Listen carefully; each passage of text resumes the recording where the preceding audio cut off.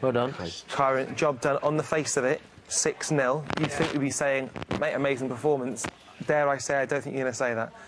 No, it was a strange game. I felt, you know, my practice game, my form is really, really good, really strong. My cue action feels great, and I feel like I'm sort of like a Ferrari stuck in second gear.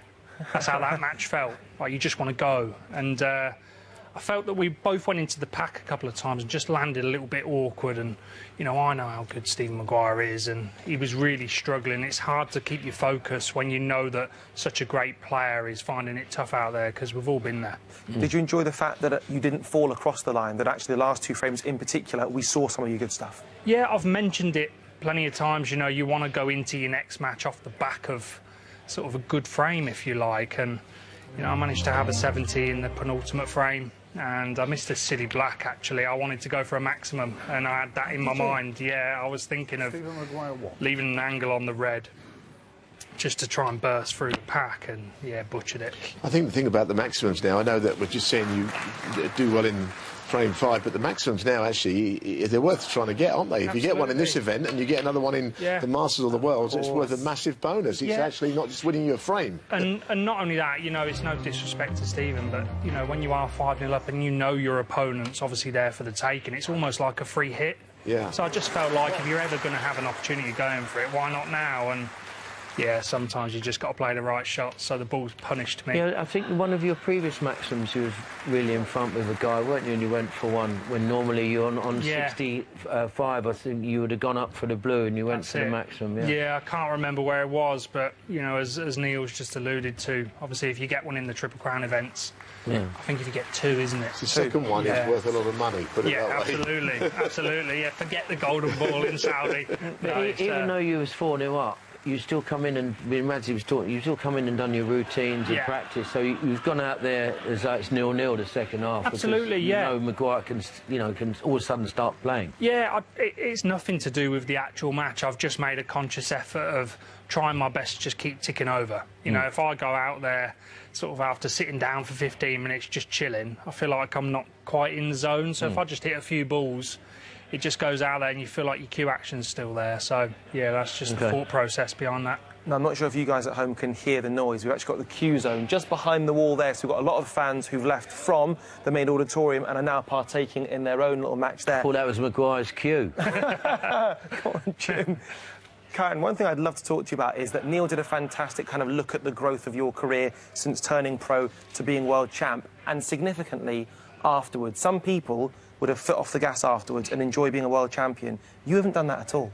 No, I owe Neil 20 quid for that. He showed me what he was going to do, and yeah, I really appreciate that. It's nice that, you know, because my family are always very quiet behind the scenes and not in your face, and don't go sort of, you know, cheering too much, other than my brother who loves the limelight. But no, it's nice to see them get a little bit of sort of notice, if you like, because they've put a lot into my career. So, yeah, it's been a long journey, a tough one. But at the age of 32, I've still got a lot to look forward to. But it's also a lot to look forward to, but a lot that you are working hard to achieve. And Jimmy mentioned the professionalism after you're 4-0 up. You came out on the practice table, you're a world champion, you won a ranking title this season. You know, you are pushing on. Yeah, it's not just that. You know, I've beaten some great players along the way, and yeah, won a couple of big tournaments, and I felt that's always something that is actually lacking from my career. I don't like my CV. I think my CV should be a lot healthier with the amount of finals that I've been in. So to try and start converting those wins has been a big thing sort of on the to-do list. So, you know, we all know how tough it is. The standard in snooker nowadays is really, really difficult. And yeah, I've been pleased to sort of tick off a few wins this year. I think that, you know, the late Clive Everton, great wordsmith, he said something once about, you know, when you win the World Championships, like climbing Mount Everest. You do it, brilliant, but you don't always want to do it again straight after, you know, and you've got the World Championships coming up again, and this season you haven't seemed to have lost any energy from the World Championship and all the strain it takes you through. Yeah, absolutely, and I was made well aware from a couple of previous World Champions in, you know, what comes with being a world champion. You've got to juggle. Yeah. You know, you have to sort of at some point just say, no, you know, the practice takes priority now. You've got to put some of the media duties to one side, and I felt like I've done my best to be a good ambassador. You know, I was sort of dragged from pillar to post early on, some of it was absolutely amazing and great for the game and great for me, and some of it I just wanted to say, you know, enough's enough. Going to Chelsea, right?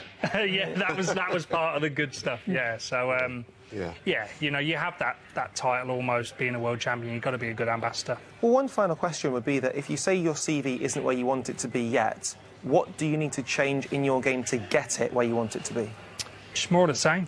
Yeah, I don't think I need to change anything. I think, you know, I see this tour as a bit of a merry-go-round, and sometimes, you know, when it gets to the bottom and people jump off, I feel like that's what you've got to wait for. But when that happens, you've got to make the most of it, because, you know, it's not always going to be perfect. It's not always going to be sunshine and flowers, if you like. And, you know, you've seen it with people like Ronnie. You know, Ronnie's far from done. He's still absolutely class, but not having the season he wants. So, you know, people have spins, and you just got to make the most of it when it's your time.